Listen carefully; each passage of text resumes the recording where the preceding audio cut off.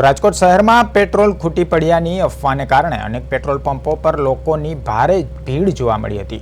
Social media અને સ્થાનિક સ્તરે ફેલાયેલી આ ખોટી માહિતીને આધારે લોકોને મોટી હાલાકી પડી રહી છે।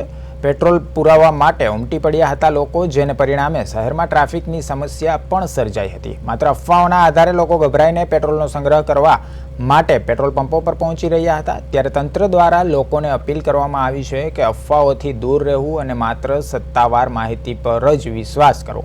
કલેક્ટરે નાગરિકોને ખાતરી આપી છે કે ગભરાયા વિના પેટ્રોલ પંપો પર ભીડ કરવાની જરૂર નથી।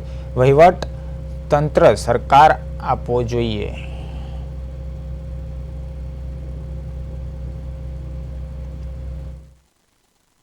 હાલ ઈરાન, ઇઝરાયલ અને મિડલ ઇસ્ટ વચ્ચે દેશો વચ્ચે જે યુદ્ધ ચાલી રહ્યું છે ત્યારે તેમાં ક્રૂડ ઓઇલમાં છે ત્યારે ભારતમાં પણ આવતું હોય છે ત્યારે ક્રૂડ ઓઇલના હિસાબે છે તે અત્યારે લોકોમાં એક ખોટી અફવાઓ ફેલાવવામાં આવી રહી છે કે પેટ્રોલ અને ડીઝલ છે તે પૂરો જથ્થો છે એની આપ દ્રશ્યો જોઈ રહ્યા છો કે રાજકોટના જે એક મુખ્ય માર્ગ કહેવાય 150 ફૂટનો રિંગ રોડ, ત્યાં એક સેલનો પેટ્રોલ પંપ આવેલો છે। ત્યાં એના દ્રશ્યો છે કે જ્યાં લાંબી કતારો છે તે પેટ્રોલ માટે કરવામાં આવી રહી છે। ત્યારે આપણે લોકો સાથે જ વાત કરીશું। તમે ખાસ તો પેટ્રોલ ભરાવવા આવ્યા છો, અંદર પણ નથી જવા દેતા, શું હકીકત શું છે અને ખોટી અફવા છે કે શું છે? અફવા તો આપને તો ખબર ના હોય ને સાહેબ, ઉપરથી જે બધા પેટ્રોલ પંપ, હું 7 પેટ્રોલ પંપેથી આવ્યો છું, હાથે હાથ આ રીતના ગરદી છે, માણસો આવતા અત્યારે બધા કામ ધંધા મૂકીને કોઈ નવરા તો ના હોય ને તો પેટ્રોલ હાટોથી, કારણ કે ધંધા રોજી રોટી હાટોથી આ પેટ્રોલ ભરાવવું પડે ને સિટીમાં ધંધો નજીક ના હોય ક્યાંય, બરાબર। સરકાર પાસે શું માંગ છે? કારણ કે સરકારે હર્ષ સંઘવીએ નિવેદન પણ આપ્યું છે કે ખોટે ખોટું પેનિક થવાની જરૂર નથી અને તેમજ ખાસ તો તેમની વાત પર કરી છે કે પૂરતો જથ્થો છે જ આપણી પાસે ને લોકો સુધી પહોંચાડવામાં આવશે। આપ કઈ રીતે જુઓ છો? જથ્થો હોય તો સાહેબ આ બધા વાયરલ જે મેસેજ ને બધું થાય છે ને આ પબ્લિક હેરાન થઈ જાય, બધા પબ્લિક તો ગાંડી નહીં હોય ને બધા પેટ્રોલ પંપે, હું 7 પેટ્રોલ પંપે રખડીને આવ્યો છું, બરાબર।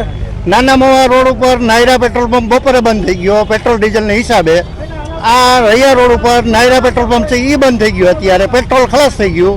બીજા પેટ્રોલ પંપે 1000, 1200, 1500 માણસો હોય તો 4-4, 5-5 કલાકે 2-2 લીટર મળે તો માણસોને શું કરવાનું? આ જ કરવાનું કે ધંધો કરવા જવાનો? ધન્યવાદ। આપણે અન્ય લોકો સાથે પણ વાત કરીશું। કાકા, તમે પણ અહીંયા આવ્યા છો પેટ્રોલ પુરાવા, શું કહેશો કાકા? આપ કઈ રીતે જુઓ છો અને સરકાર પાસે શું અપીલ કરશો? સરકાર પાસે અપીલ એટલી જ છે કે પેટ્રોલનો જથ્થો પુરવઠો કોઈ કાળા બજાર ન કરે અને પેટ્રોલ બધાને વ્યવસ્થિત મળી રહે એની વ્યવસ્થા કરે।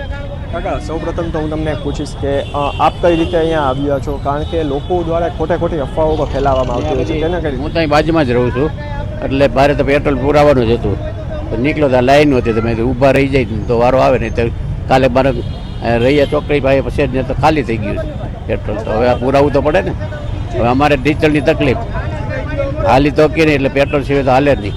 ધન્યવાદ। આપણે અન્ય લોકો સાથે પણ વાત કરવાનો પ્રયાસ કરીશું કે આ પેટ્રોલ છે તે જીવન જરૂરિયાત વસ્તુ કહેવાય છે। કાકા, આપ શું કહેશો? કઈ રીતે જુઓ છો? સરકાર પાસે શું માંગ છે આપની? સરકાર પાસે શું માંગ? આ તો અફવા મને તો લાગે છે, એવું કાંઈ બીજું કંઈ મને તો એવું નથી લાગતું કે પેટ્રોલ પંપ ન મળે, એવું મળે નહીં તો સરકાર કેવી રીતના ચાલે? કયો જી એસટી બસ કેવી રીતના ચાલે સાહેબ? ટ્રાવેલ્સો એટલી છે, પ્રાઇવેટ એટલા વાહન છે, નથી બધી એટલા વાહન છે, કયો જી તો બધી કેવી રીતના? અત્યારે પેટ્રોલ ઉપર તો બિઝનેસ છે બધા, નથી 75% બિઝનેસ છે પેટ્રોલ પંપ ઉપર જ છે। તમને કેમ લાગે છે? કાકા, તમે લોકોને શું અપીલ કરશો? કારણ કે તમે એમ કહી રહ્યા છો કે એક અફવાના હિસાબે આવે છે, તમે લોકોને શું અપીલ કરશો? કારણ કે લોકો અત્યારે મોટી એકઠા થઈને પેટ્રોલ પંપ ઉપર કરે છે, તો આ કેટલું વ્યાજબી કહેવાય? એ તો ખરાબ, નો જ વ્યાજબી કહેવાય ને, એ તો ખોટું જ કહેવાય ને, એ તો ખોટું જ કહેવાય સાહેબ। હવે શું કરવું? સૌની સાથે હાલવું પડે, બીજું તો શું।